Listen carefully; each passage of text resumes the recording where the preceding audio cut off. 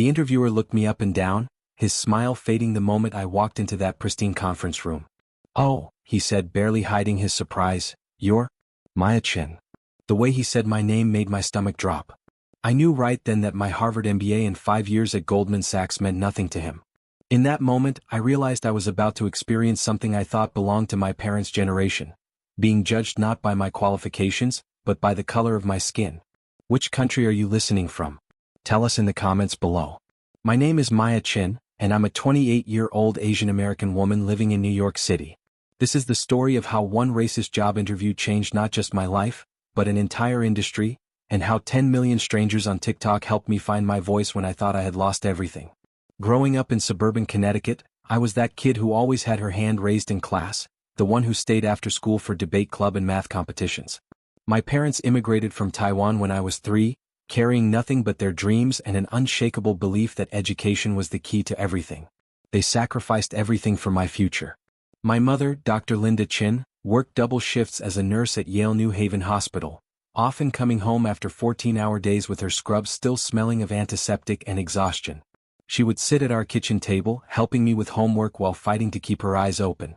"Education, Maya," she would say in her accented English, "is the one thing they can never take from you." My father, James Chin, was a mechanical engineer who had to start over completely when we arrived in America. In Taiwan, he had designed infrastructure for major cities. In Connecticut, he spent his first 5 years cleaning office buildings at night while studying for his American engineering certification during the day. I remember finding him asleep at his desk, engineering textbooks open beside empty coffee cups, his calculator still in his hand. They never complained. They never made me feel guilty for their sacrifices. Instead, they filled our small apartment with dreams of what I could become in this land of opportunity they had chosen for us. I absorbed their work ethic like a sponge. I was valedictorian of my high school class of 847 students. I scored 1580 on my SATs.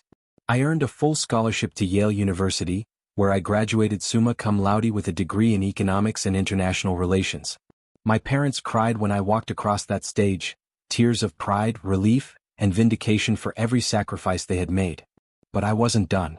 I pushed myself through Harvard Business School, graduating in the top 5% of my class while working part-time to help my parents pay off the mortgage on the small house they had finally been able to buy. I thought I had done everything right. I thought merit was enough. I thought America had evolved beyond the prejudices my parents had warned me about. For 5 years, I climbed the corporate ladder at Goldman Sachs, one of the most prestigious investment banks in the world. I started as an analyst, working 80-hour weeks on complex financial models and merger deals worth billions of dollars. I earned respect through sheer competence and an almost obsessive attention to detail.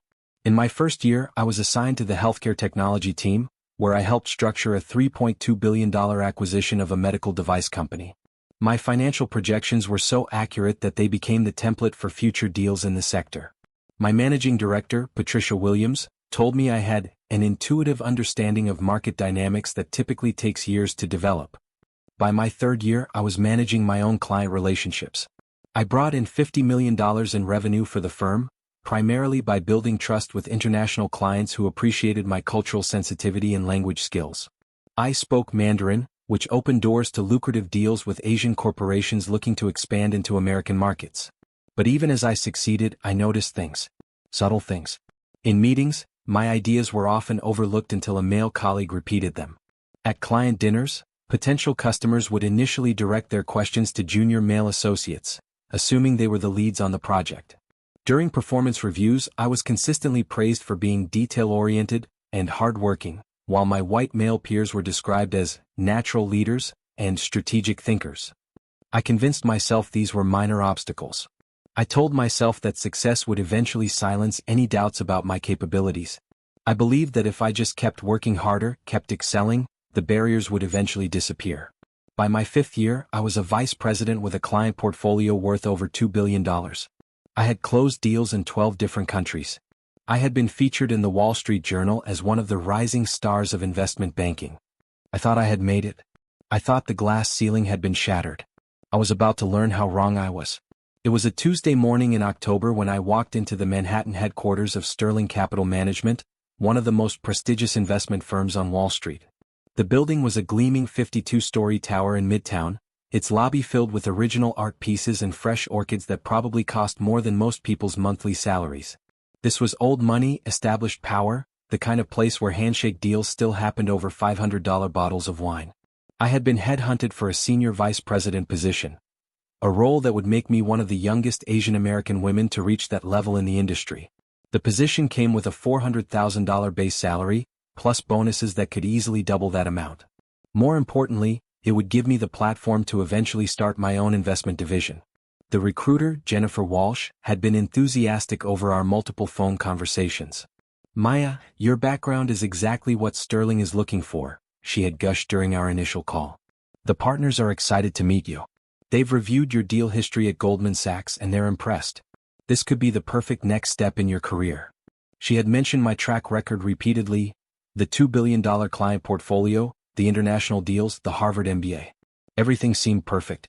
Sterling Capital Management had been founded in 1987 by David Sterling Sr., and it had grown into a powerhouse managing over $50 billion in assets. They specialized in high-net-worth individuals and institutional clients, exactly the market I had been dominating at Goldman Sachs. I had prepared for this interview for weeks. I studied every major deal Sterling had completed in the past 5 years. I memorized the backgrounds of their senior partners. I practiced my presentation about expanding their Asian market presence, complete with detailed projections and client acquisition strategies. That morning I chose my outfit carefully, a navy blue Armani suit that projected authority without being too flashy, paired with my grandmother's pearl earrings for luck. I arrived 15 minutes early as was my habit, and spent the time in the marble lobby reviewing my notes one final time. But the moment I stepped off the elevator onto the 47th floor, I felt something shift in the atmosphere. The receptionist, a perfectly coiffed blonde woman in her 30s, looked surprised when I announced myself. "You're Maya Chin?" she asked, her voice carrying a note of confusion. "For the SVP interview?" "Yes," I replied with a confident smile, though something in her tone made my stomach tighten. She made a quick phone call, speaking in hushed tones before hanging up. "They'll be right with you," she said, but her smile seemed forced now. I was led into a glass-walled conference room that offered a spectacular view of Central Park. The room itself was intimidating, a massive mahogany table that could easily seat 20 people, surrounded by leather chairs that probably cost more than my monthly rent. Original oil paintings of stern-looking men in suits lined the walls, and I wondered if they were former partners or just generic rich white guys meant to establish the company's pedigree. 3 middle-aged white men in identical navy suits sat around the imposing table, each with a leather portfolio and a crystal water glass in front of them.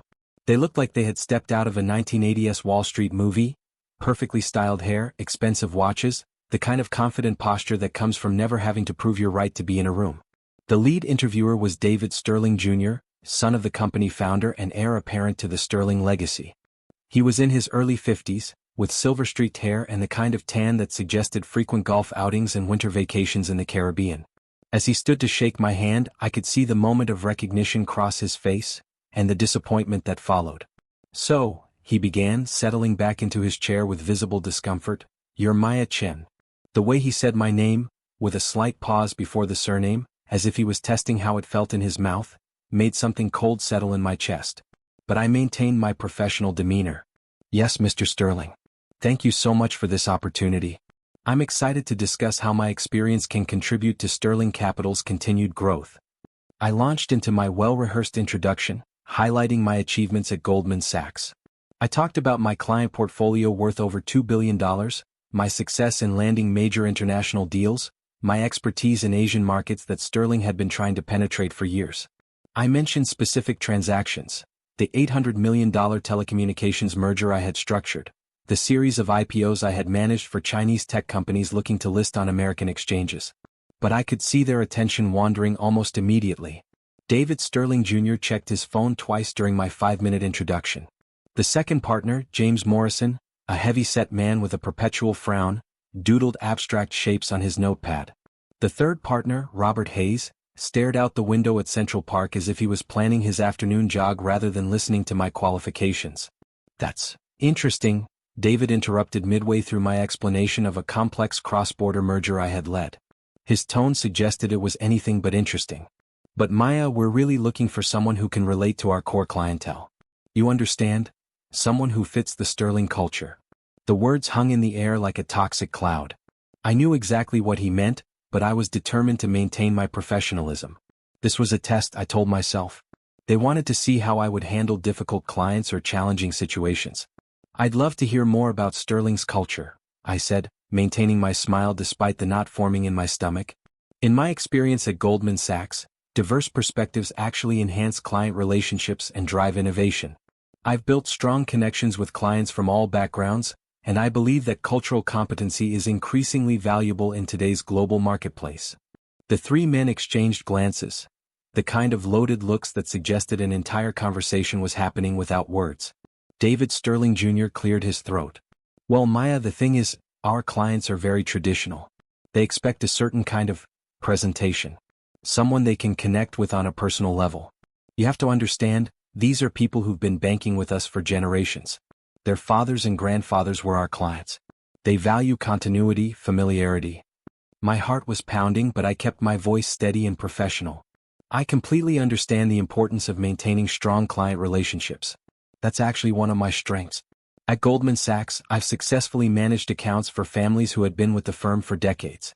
In fact, my client retention rate is 97%, which is well above industry average. I'm sure your numbers are impressive, said James Morrison, speaking for the first time. His voice was gravelly, like he had been smoking cigars in wood-paneled rooms for decades. But this isn't just about numbers, Maya. It's about cultural fit. Our clients like to do business with people who remind them of themselves, if you know what I mean. They want to be able to relate to their advisors on a personal level. Talk about their kids' schools, their country club memberships, their summer homes in the Hamptons. The subtext was becoming impossible to ignore, but I pressed on. I actually think you might be surprised by how much I can relate to your clients. I grew up in Connecticut, I went to Yale and Harvard, I've spent time at country clubs and charity galas. Plus, I bring the added value of cultural competency that could help Sterling expand into new markets. That's exactly the problem, Robert Hayes interrupted, speaking for the first time. He leaned forward in his chair, fixing me with a stare that felt distinctly hostile. We're not looking to expand into new markets. We're focused on serving our existing client base, and that requires a very specific type of person. The room fell silent except for the distant hum of traffic 47 floors below. I sat there, my Harvard MBA feeling worthless, my years of achievements crumbling around me. These men were telling me without saying it directly, that my race made me unsuitable for their traditional clients. But I wasn't ready to give up. Gentlemen, with respect, I think you might be underestimating both your clients and the market. The financial services industry is evolving rapidly, and firms that don't adapt to changing demographics and global markets are going to be left behind. I could help Sterling stay ahead of that curve while still maintaining the excellence your current clients expect. David Sterling Jr. actually laughed, a short, dismissive sound that felt like a slap across the face. Maya, you clearly don't understand our business model. We're not some startup looking to disrupt the industry. We're Sterling Capital Management. We've been successful for nearly 40 years by knowing exactly who we are and who we serve. That's not going to change. I appreciate your enthusiasm, James Morrison added, his tone dripping with condescension. But I think you'd be better suited for more diverse firm. Somewhere that aligns better with your background and perspective. The words hit me like a physical blow. I had faced subtle discrimination before, but never anything this blatant, this cruel. They weren't even trying to hide behind euphemisms anymore. Gentlemen, I said, standing up slowly, my voice somehow remaining steady despite the earthquake happening inside my chest. I think I understand perfectly what you mean. Thank you for your time. As I gathered my portfolio, the one filled with 5 years of Sterling performance reviews, client testimonials, and deal summaries that apparently meant nothing to these men, David Sterling Jr. made one final comment that would haunt me for weeks. Don't take it personally, Maya. It's just business. Maybe you'd be better suited for a firm that's more aligned with modern trends. I walked out of that building feeling smaller than I had since childhood, when kids at school made fun of my lunch or mocked my parents' accents. But this was worse. This was my career, my identity, my worth being reduced to the color of my skin and the shape of my eyes. As I stood on the sidewalk outside Sterling Capital Management, watching well-dressed professionals hurry past with their important lives and important jobs, I felt something break inside me. All those years of working twice as hard, of proving myself over and over again, of believing that excellence would eventually overcome prejudice, it had all been for nothing. The rejection email came 2 hours later, a masterpiece of corporate doublespeak that managed to be both insulting and legally bulletproof. Dear Ms. Chin, thank you for taking the time to interview with Sterling Capital Management. While we were impressed by your credentials and experience, we have decided to pursue other candidates whose backgrounds more closely align with our current organizational needs and client expectations. We wish you the best in your future endeavors. Sincerely, the Sterling Capital Management team. I stared at my laptop screen in my tiny studio apartment, reading the email over and over again. Organizational needs and client expectations. It was almost impressive how they had managed to communicate their racism while leaving themselves completely legally protected. This wasn't the first time I had faced this kind of rejection, but it was the most blatant. At Goldman Sachs, the discrimination had been subtler, being passed over for promotions that went to less qualified white male colleagues, having my ideas dismissed in meetings only to be praised when repeated by someone else, smiling through client dinners where men talked over me or asked if I was someone's assistant. But I had always told myself to keep my head down, work harder, prove them wrong through success. My parents had taught me that America rewarded merit, that prejudice was something their generation faced, not mine. They had shared stories of the discrimination they experienced when they first arrived. Employers who wouldn't hire them because of their accents, landlords who wouldn't rent to them because of their names, colleagues who treated them as perpetual foreigners even after decades in America. Things will be different for you, my mother had always said. You were born here. You speak perfect English. You have American education, American credentials. They will judge you by your abilities, not your appearance. I was starting to realize how wrong we had all been. The next few weeks became a nightmare of repeated humiliation. I interviewed at 6 other major investment firms across Manhattan, and the pattern was disturbingly consistent. Initial enthusiasm over the phone. Your resume is incredible, Maya. Followed by awkward in-person interviews where I could see the disappointment flash across their faces the moment I walked in. At Blackstone Capital, the interviewing partner actually said, "Oh, I was expecting someone different when I introduced myself."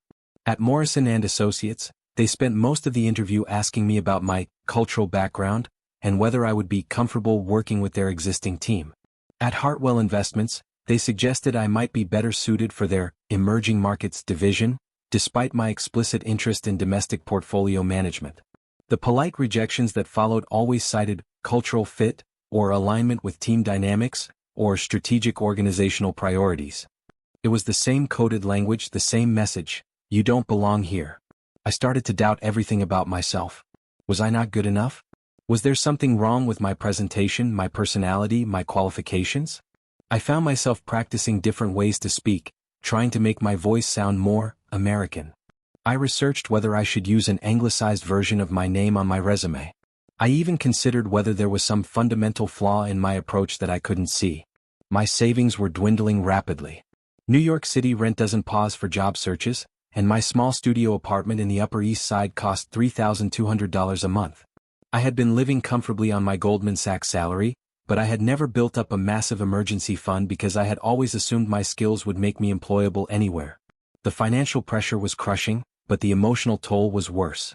I felt like I was losing my identity. For my entire adult life, I have been Maya Chin, successful investment banker. I had built my self-worth around my professional achievements, my ability to excel in a competitive industry. Now I was just Maya Chin, unemployed Asian woman who couldn't get hired. The isolation was the hardest part. I couldn't talk to my parents about what was happening because I didn't want them to worry, and I was ashamed to admit that their American dream had failed me. I couldn't commiserate with my former Goldman Sachs colleagues because most of them were white and had never experienced this kind of systematic rejection. My few Asian American friends in finance had either gotten lucky with more progressive firms or had left the industry altogether. I spent my days applying to jobs online and my evenings researching employment discrimination law, wondering if I had any legal recourse. But the firms had been careful never to say anything explicitly racist. Everything was couched in terms of fit and alignment and cultural compatibility. How do you prove discrimination when no one will admit it exists? One particularly brutal evening, after receiving my 4th rejection of the week, I found myself crying on my bathroom floor. I looked at myself in the mirror and saw my mother's eyes, my father's determination, generations of ancestors who had sacrificed everything for the opportunity one was being denied. That's when I stumbled across the article that changed everything. I was scrolling through LinkedIn looking for any new job postings when I saw a link to a Harvard Business Review article titled, "The Bamboo Ceiling: Why Asian Americans are missing from executive leadership. The statistics were staggering and heartbreaking. Asian Americans were the least likely racial group to be promoted to executive positions despite having the highest levels of education and median income. We represented 12% of the professional workforce but only 2% of corporate executives. We were seen as good individual contributors, detail-oriented, hardworking, technically competent, but not leadership material. The article described something called the model minority myth, the stereotype that Asian Americans are successful and don't face discrimination. This myth actually worked against us, making our struggles invisible and our complaints seem like ingratitude. We were expected to be grateful for whatever opportunities we received, never to push for more.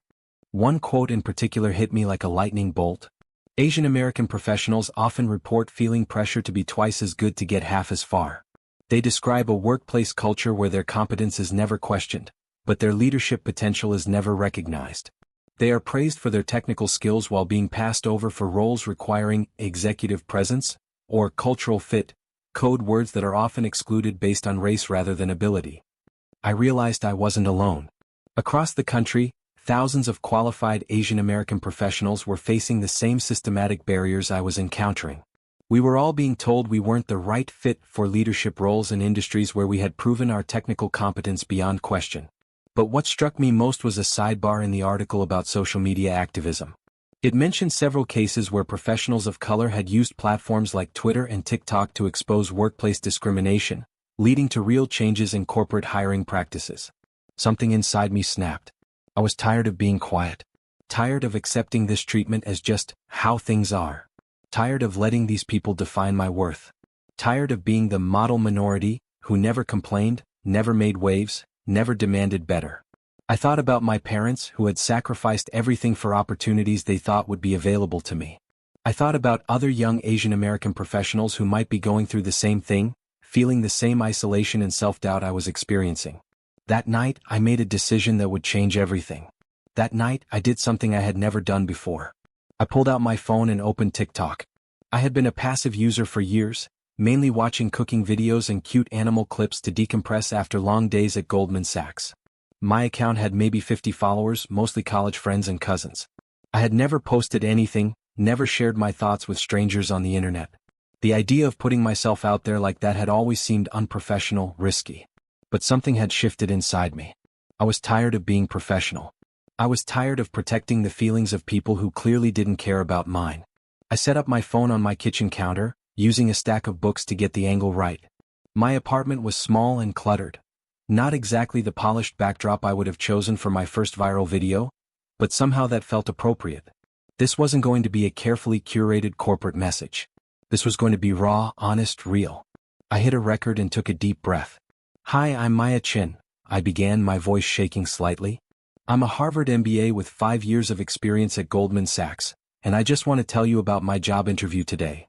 For the next 3 minutes, I spoke directly to the camera, describing my experience at Sterling Capital Management in detail. I didn't hold back. I talked about David Sterling Jr.'s reaction when I walked into the room. I quoted their comments about cultural fit and traditional clients verbatim. I described the pattern I was seeing across the industry, the enthusiasm over the phone followed by awkward rejections after in-person meetings. I want to be clear, I said, looking directly into the camera. This isn't about one company or one bad interview. This is about a systematic pattern of discrimination that's keeping qualified people of color from advancing in industries where we've proven our competence over and over again. I talked about the statistics from the Harvard Business Review article, about the bamboo ceiling, about the model minority myth that made our struggles invisible. I'm sharing this not for sympathy, I concluded, but because I know I'm not alone. And maybe it's time we stopped being quiet about what's really happening in corporate America. Maybe it's time we started talking about the fact that in 2025, people are still being judged by the color of their skin instead of the content of their character and the quality of their work. I posted the video without much thought and went to bed, expecting maybe a few dozen views from friends and family. I woke up to 50,000 views and 500 comments. My phone was buzzing constantly with notifications. The video had been shared hundreds of times overnight, appearing on Twitter, Instagram, LinkedIn, and Reddit. People were tagging their friends, their colleagues, major news outlets, and civil rights organizations. By lunch, it was at 500,000 views. The comments were overwhelming. Asian American professionals from across the country were sharing their own stories of discrimination in the replies. A software engineer in Seattle described being told he wasn't executive material despite leading successful product launches. A lawyer in Chicago talked about being passed over for a partner because she didn't have the right personality for client development. A doctor in Atlanta shared her experience being told she was too quiet for a department head position, despite having the most published research in her field. But it wasn't just Asian Americans. Black and Latino professionals were sharing similar experiences. Women of all backgrounds were describing being told they weren't the right fit for leadership roles. White allies were expressing shock and support, saying they had never realized how pervasive this kind of discrimination was. People were tagging Sterling Capital Management, demanding answers. The company's official social media accounts were being flooded with comments and questions about their hiring practices. By the end of the day, the video had hit 2 million views and was trending on multiple platforms. Major news outlets started reaching out. The Wall Street Journal wanted a comment. CNN requested an interview. The Harvard Business Review asked if I would write a follow-up article to their piece on the bamboo ceiling. But the response that changed everything came from an unexpected source. Maya, read the LinkedIn message that appeared in my inbox the next morning. I saw your TikTok video. We need to talk. Can you meet me for coffee today? Sarah Kim, Chief Diversity Officer, Meridian Financial Group. I nearly dropped my phone. Sarah Kim was a legend in the industry. She had been the first Korean-American woman to become a managing director at J.P. Morgan Chase, had led billion-dollar deals across Asia-Pacific markets, and had been featured on Fortune's Most Powerful Women list 3 times. Now she was leading diversity initiatives at Meridian Financial Group, one of the most progressive and successful investment firms on Wall Street. We met for coffee at a small cafe in Tribeca, away from the Wall Street crowds. Sarah was everything I had imagined, impeccably dressed, radiating the kind of confidence that comes from decades of breaking barriers, but also warm and approachable in a way that immediately put me at ease. Your video hit me hard, she said without preamble, stirring her cappuccino thoughtfully. It brought back so many memories of my own experiences coming up in this industry. The difference is, when I was facing that kind of discrimination 20 years ago, there was no social media, no platform to speak out. I had to suffer in silence and just work twice as hard to prove them wrong. She leaned forward, her expression intense. But you've done something important here, Maya.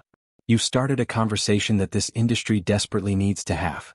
In 48 hours, your video has accomplished more for awareness of workplace discrimination than most diversity initiatives accomplish in years. I felt a flush of pride but also uncertainty.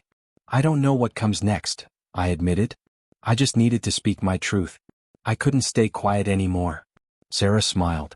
That's exactly the kind of voice we need in leadership positions. Which brings me to why I wanted to meet with you. She pulled out a leather portfolio and slid it across the table. We've been looking for someone exactly like you. Someone with your credentials, your experience, and now, your voice. Inside the portfolio was a formal job offer for a senior vice president position at Meridian Financial Group, with a starting salary that was 40% higher than what Sterling had been offering. But as Sarah explained the role, I realized the compensation was just the beginning. We want you to help us build something new, she said. A consulting division focused on helping other firms address their diversity challenges. You'd be leading that initiative while also managing your own client portfolio. We're talking about creating systemic change across the industry, not just moving the needle at one company. The opportunity was incredible.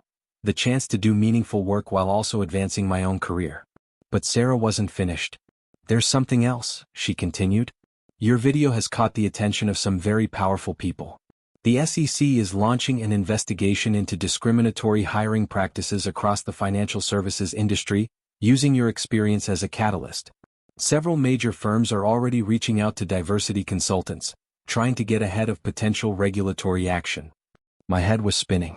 In less than 48 hours, my life had completely transformed. But the best part was still to come.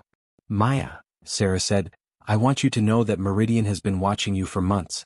Your reputation at Goldman Sachs preceded you. We were actually planning to reach out about opportunities before your video went viral. But now we're not just offering you a job, we're offering you a platform to create the change this industry desperately needs. I said yes on the spot. But the story didn't end there. My original TikTok video continued to gain momentum. eventually reaching 10 million views and spawning thousands of response videos from professionals across different industries sharing their own experiences with workplace discrimination. Major news outlets picked up the story. I was invited to speak on CNBC, Bloomberg, and CNN about discrimination in the financial services industry. Harvard Business School invited me to give a guest lecture about diversity in corporate America. The National Association of Securities Professionals asked me to keynote their annual conference. And then, exactly 2 weeks after I started at Meridian Financial Group, I received a phone call that felt like cosmic justice.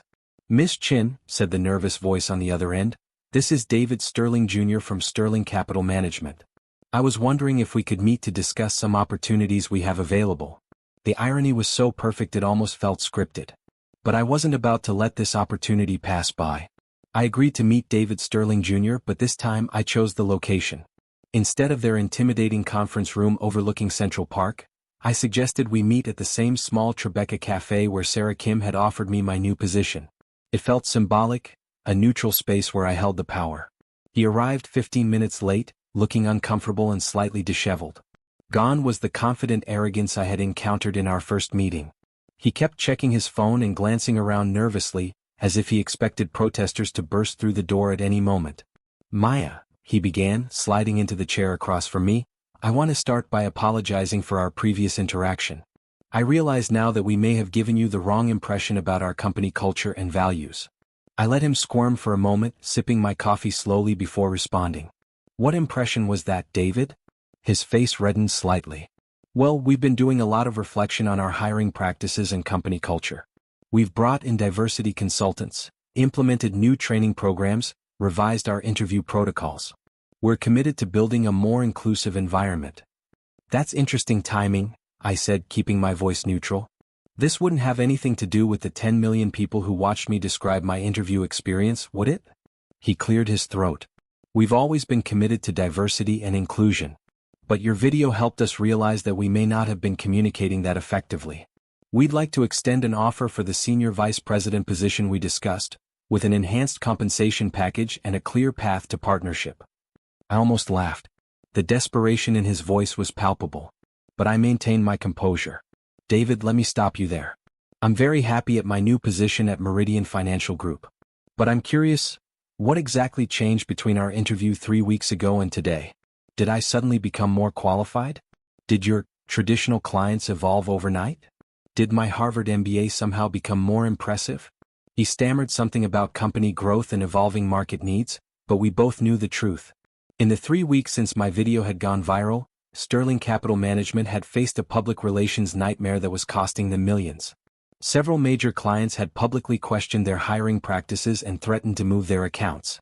The Teachers' Retirement System of California, which managed $300 billion in assets, had issued a statement saying they were re-evaluating their relationships with firms that don't demonstrate clear commitments to diversity and inclusion. 2 major pension funds had already pulled their money.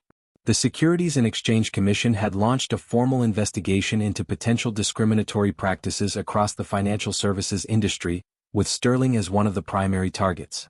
They were facing potential fines in the tens of millions of dollars, plus the cost of mandatory diversity training and oversight.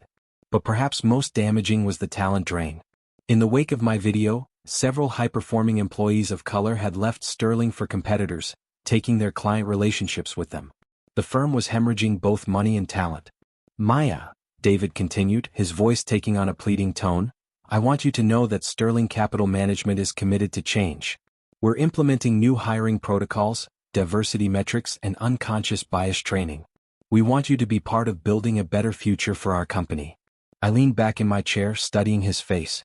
3 weeks ago, this man had essentially told me that my race made me unsuitable for his company. Now he was begging me to save his firm's reputation. "David," I said finally, "I appreciate the offer, but I need to ask you something. During our interview you said your clients expect a certain kind of presentation, and that they like to work with people who remind them of themselves. Were you lying then, or are you lying now?" He looked like he wanted to disappear into his chair. The industry has evolved rapidly. Client expectations are changing." "No," I said firmly. "Client expectations haven't changed in 3 weeks. Your willingness to acknowledge racism has changed because it's now costing you money. That's not evolution, David. That's damage control." I pulled out my phone and showed him the screen. Do you know what this is? It's a news alert about your company. Sterling Capital Management under federal investigation for discriminatory hiring practices. This isn't about building a better future. This is about saving your company from the consequences of its past. His shoulders sagged. What would it take? Name your price. Equity participation, signing bonus, guaranteed partnership track, whatever you want. For a moment, I felt a surge of satisfaction. The power dynamic had completely reversed. 3 weeks ago, I had been the one desperately trying to prove my worth. Now he was begging for my approval. But I wasn't interested in revenge. I was interested in change. David, I said, standing to leave, here's what it would take. A public acknowledgement of the discriminatory practices that led to my rejection. A commitment to transparent diversity metrics with external oversight. Real accountability for managers who perpetuate bias, not just sensitivity training. And a genuine understanding that this isn't about political correctness or market trends, it's about basic human dignity. He looked up at me hopefully. We could arrange all of that. We could make you the head of our new diversity initiative. I'm not interested, I interrupted. I'm exactly where I belong.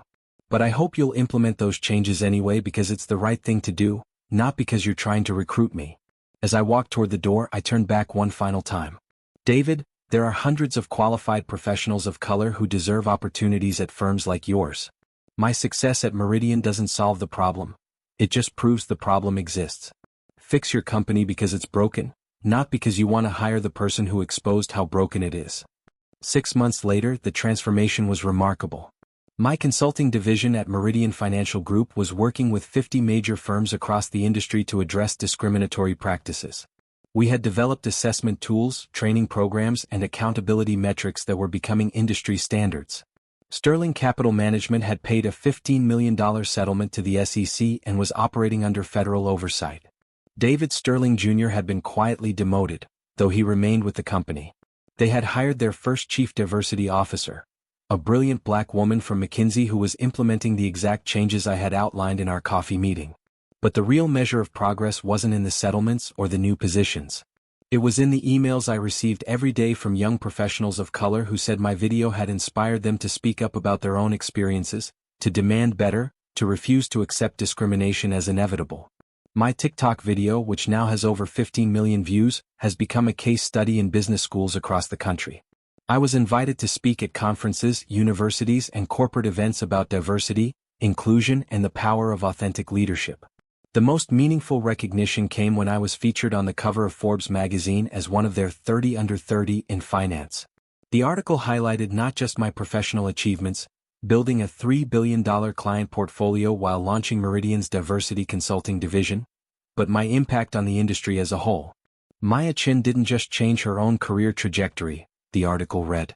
She changed an entire industry's conversation about inclusion and belonging. Her willingness to speak truth to power has created opportunities for countless other professionals of color and demonstrated that authentic leadership can drive both social change and business success.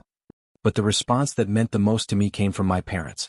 We were having dinner at their house in Connecticut, the small colonial they had finally been able to buy after years of saving and sacrifice. My mother had made my favorite dishes, and the table was covered with traditional Taiwanese food alongside American classics. "We're proud of you," my mother said, her eyes shining with tears. "Not just for your success but for your courage. You found your voice and used it to help others." My father, usually a man of few words, nodded seriously. "When we came to America, we believed that working hard and keeping quiet would be enough. We taught you to be grateful for whatever opportunities you received, never to complain or make waves. But you showed us that sometimes, you have to fight for what you deserve." He paused, looking out the window at the small garden where he grew vegetables that reminded him of home. "We were wrong to tell you to stay silent. This country is better when people like you speak up for what's right." My mother reached across the table and took my hand. "Your video helped more than just you, Maya. It helped all of us. You made it okay for us to expect better, to demand dignity." That night, as I drove back to the city, I thought about the journey that had brought me to this point. 6 months earlier, I had been unemployed and questioning everything about myself. Now I was not only successful professionally but had become a voice for change in an industry that desperately needed it. As I sit here now, reflecting on everything that has happened, I often think about that moment in the Sterling Capital conference room when I felt my world crashing down. I thought my career was over. I thought I had been naive to believe that merit alone would open doors. I felt smaller and more powerless than I had since childhood. But what I learned is that sometimes the most painful experiences become our greatest sources of strength. That rejection didn't end my story, it became the beginning of a new chapter where I refused to accept limitation as my reality. The discrimination I faced wasn't unique to me. It's a systemic problem that affects millions of talented people across every industry in America. Asian Americans, African Americans, Latino professionals, women of all backgrounds, we're all facing barriers that have nothing to do with our qualifications and everything to do with other people's prejudices and comfort zones. But what is unique is how we choose to respond to it. We can accept it silently, internalize the message that we don't belong and limit our own potential. Or we can use our voices to demand better, not just for ourselves but for everyone who comes after us. My TikTok video didn't just get me a better job, it started a conversation that led to real, measurable change across the financial services industry. Major firms have completely revamped their hiring practices. Diversity metrics are now tied to executive compensation at dozens of companies. Young professionals of color are speaking up about discrimination instead of suffering in silence. The Securities and Exchange Commission has implemented new oversight requirements for diversity in hiring and promotion practices. Business schools are teaching case studies about unconscious bias and inclusive leadership. Companies are investing billions of dollars in diversity initiatives because they've finally realized that inclusion isn't just morally right, it's essential for business success in a diverse world. None of this happened overnight and the work is far from over. But progress is possible when we refuse to accept injustice as inevitable. To anyone facing discrimination, whether it's in a job interview, at school, in a store, or anywhere else, your voice matters. Your story matters. Your dignity is not negotiable. Don't let anyone convince you that you're asking for too much when you demand to be treated with respect. Don't let anyone tell you that you should be grateful for whatever opportunities you receive. Don't let anyone make you feel like the problem is with you when the problem is with a system that judges people by their appearance instead of their abilities. The tools for change are in your hands. Social media has given us platforms that previous generations never had. Legal protections exist, even if they're not always enforced.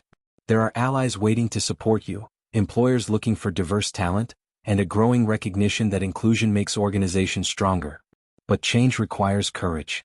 It requires the willingness to speak uncomfortable truths, to call out injustice when you see it, to demand better even when it would be easier to stay quiet. I was terrified when I posted that first TikTok video. I worried about being seen as a troublemaker, about burning bridges in a small industry, about confirming stereotypes about people of color being difficult or ungrateful. But I was more afraid of staying silent, of accepting a world where qualified people are rejected because of the color of their skin or the sound of their names. The response showed me that I wasn't alone. Millions of people were facing similar challenges, feeling similar isolation, questioning their own worth because of other people's biases. By speaking up, I didn't just advocate for myself. I created space for others to share their truth. That's the power of authentic voice. When you refuse to accept injustice, you give others permission to do the same. When you demand dignity, you raise the standard for everyone. When you succeed despite barriers, you prove that those barriers were never justified. To my fellow Asian Americans, I want you to know that the model minority myth is a trap. We don't have to be grateful for scraps. We don't have to accept being overlooked for leadership roles because we're seen as good technical workers but not executive material.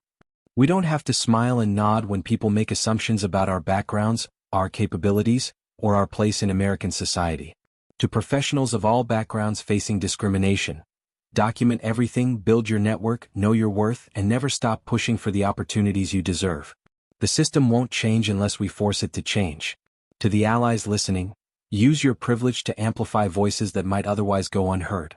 Call out bias when you see it, even when it's uncomfortable. Support diverse candidates not because it's politically correct, but because it's the right thing to do and because it makes your organization stronger. And to the employers and managers who might be watching, understand that inclusion isn't a favor you're doing for diverse candidates. It's a competitive advantage in a global marketplace. The companies that figure this out first will attract the best talent, serve diverse markets most effectively, and build the strongest teams. My name is Maya Chin. 3 years ago, I was told I wasn't the right fit for leadership because of my race. Today, I'm a senior vice president at one of the most successful investment firms on Wall Street, leading industry-wide change in diversity and inclusion practices. I'm not just a Harvard MBA or a successful investment manager. I'm a voice for everyone who has ever been told they don't belong, who has ever been judged by their appearance instead of their abilities, who has ever been made to feel like they should be grateful for discrimination disguised as cultural fit. The next time someone tries to limit your potential based on who you are instead of what you can do, remember this. Their judgment says nothing about your worth and everything about their character. Their comfort zones are not your responsibility. Their biases are not your limitations. Rise above it. Speak your truth. Demand better. Change the world. Because that's exactly what you're capable of doing. They tried to judge me by my appearance and discount my achievements. Instead, I showed them the power of refusing to be silenced. I showed them that in 2025 discrimination doesn't just hurt individuals, it hurts the organizations foolish enough to practice it. The world is watching now. Social media has made discrimination visible in ways it never was before. Companies can't hide behind coded language and plausible deniability anymore. Young people have platforms to expose injustice and demand accountability. That changes everything. Your voice is your power. Your story is your strength. Your refusal to accept less than you deserve is your contribution to a better world. Use them all. The future is waiting for you to claim it.